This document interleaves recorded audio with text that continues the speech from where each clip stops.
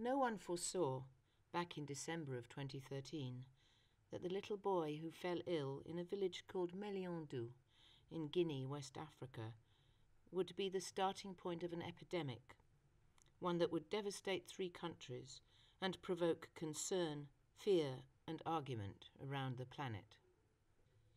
No one imagined that this child's death, after just a few days' suffering, would be only the first of many thousands. His name was Émile Ouamounot. His symptoms were stark: intense fever, black stool, vomiting. But those could have been signs of other diseases, including malaria. Sad to say, children die of unidentified fevers and diarrheal ailments all too frequently in African villages. But soon the boy's sister was dead too, and then his mother, his grandmother, a village midwife, and a nurse. The contagion spread through Meliandou to other villages of southern Guinea. This was almost 3 months before the word Ebola began to flicker luridly in email traffic between Guinea and the wider world. The public health authorities, based in Guinea's capital Conakry, and the viral disease trackers from abroad weren't in Meliandou when Émile Ouamounot died. Had they been, and had they understood that he was the first case in an outbreak of Ebola virus disease, they might have directed some timely attention to an important unknown. How did this boy get sick? What did he do? What did he touch? What did he eat? If Ebola virus was in his body, where did it come from? Among the most puzzling aspects of Ebola virus, since its first recognized emergence almost 4 decades ago, is that it disappears for years at a time. Since a 1976 outbreak in what then was Zaire, now the Democratic Republic of the Congo, and a simultaneous episode with a closely related virus in what was then Southern Sudan, now South Sudan, the sequence of Ebola events, large and small, has been sporadic. During one stretch of 17 years, 1977 to 1994, not a single confirmed human death from infection with Ebola virus occurred. This is not a subtle bug that simmers delicately among people, causing nothing more than mild headaches and sniffles.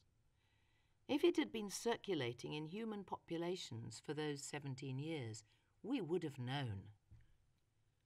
A virus can't survive for long, or replicate at all, except within a living creature.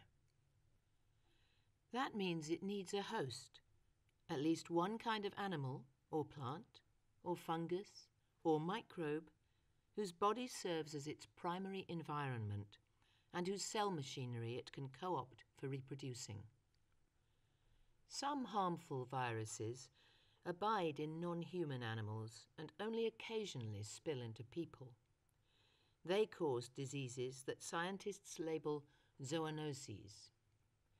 Ebola is a zoonosis, an especially nasty and perplexing one, killing many of its human victims in a matter of days, pushing others to the brink of death, and then vanishing.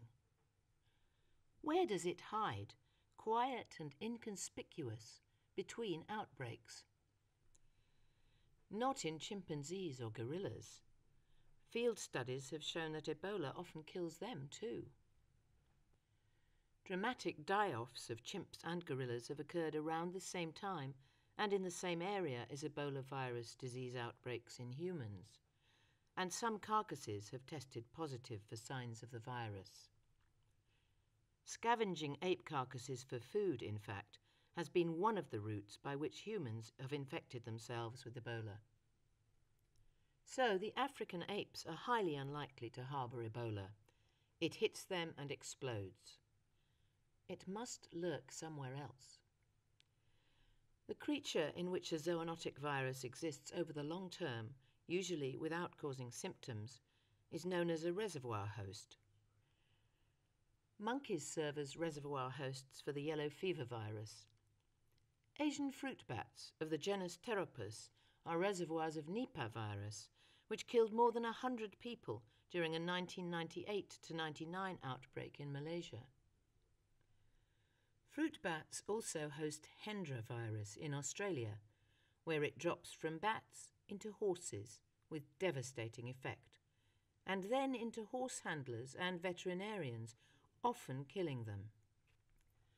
The passage event, when a virus goes from its reservoir host to another kind of creature, is termed spillover. As for the reservoir host of Ebola, if you have heard that fruit bats again are the answer, you've heard supposition misrepresented as fact. Despite arduous efforts by some intrepid scientists, Ebola virus has never been tracked to its source in the wild. Where is it when it's not infecting humans? Carl M. Johnson said to me recently. Johnson is an eminent virologist, a pioneer in Ebola research, the former head of the Viral Special Pathogens branch at the Centers for Disease Control and Prevention, CDC. He led the international response team against that initial 1976 outbreak in Zaire, a harrowing venture into the unknown. He also led a team that isolated the virus in a CDC lab, demonstrated that it was new to science, and named it after a modest Zairean waterway, the Ebola River.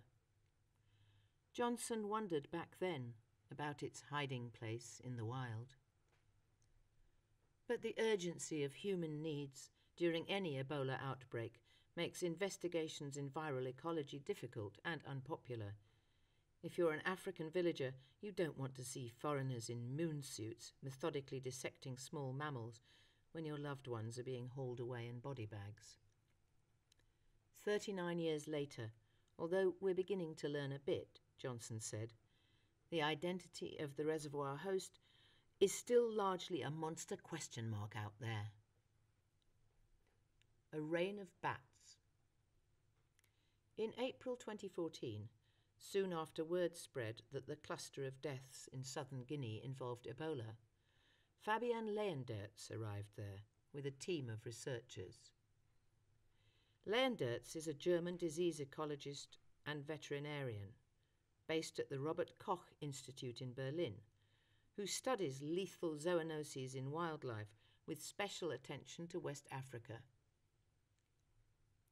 He reached southern Guinea by driving overland from Ivory Coast, where he had worked for 15 years in Tai National Park on disease outbreaks among chimpanzees and other animals. He brought with him 3 big vehicles full of equipment and people, and 2 questions.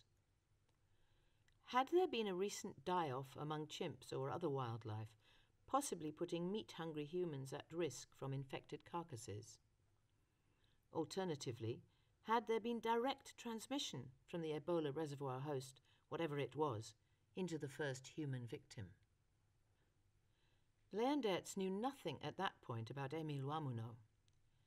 His team spoke with officials and local people and walked survey transects through 2 forest reserves, finding neither testimony nor physical evidence of any remarkable deaths among chimpanzees or other large mammals.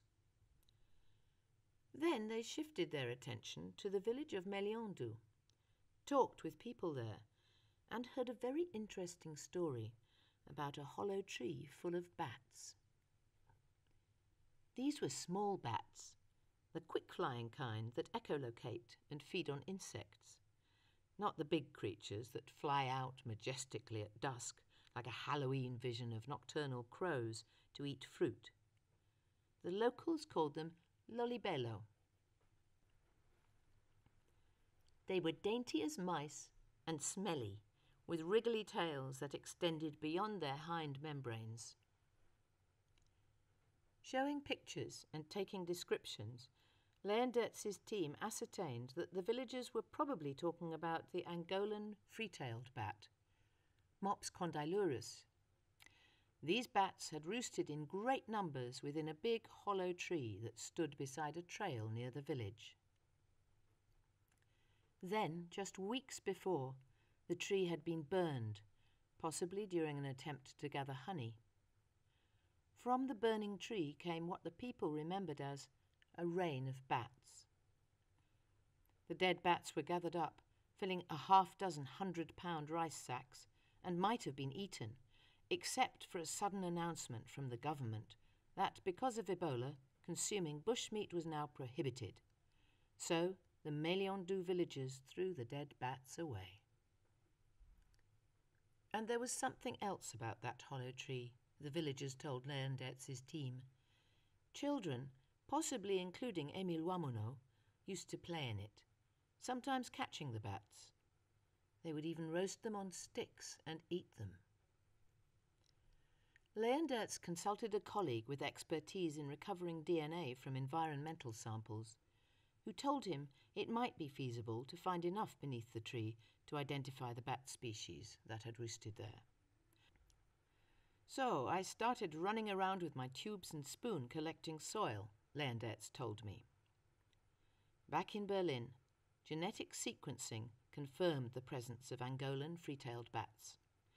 So this creature, an insectivorous bat, not a fruit bat, joined the list of candidates for the role of Ebola's reservoir host. The hitchhiker. The first clues in this long mystery, clues that seemed to point toward bats, arose from disease outbreaks caused by Marburg virus, Ebola's slightly less notorious relative within the group known as filoviruses.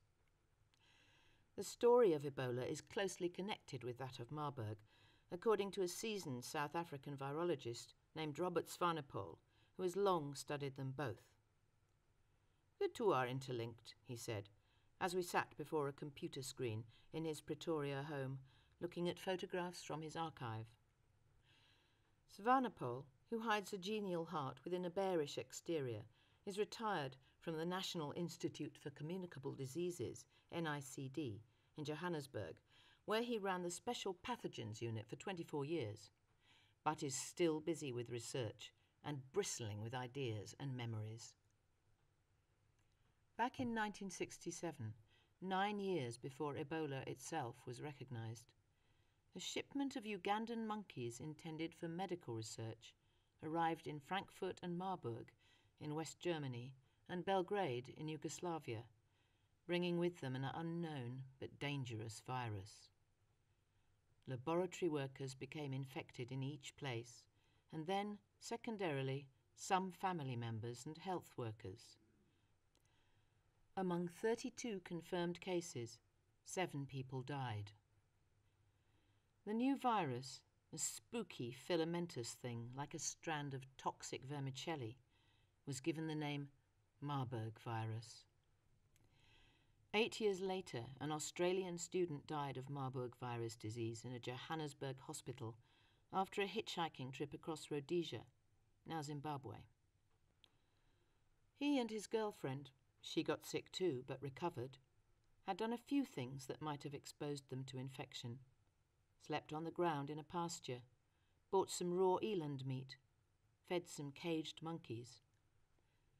And they had visited the Chinoi Caves, a complex of caverns and sinkholes in northern Rhodesia that, like many caves in Africa, have been known to harbour bats.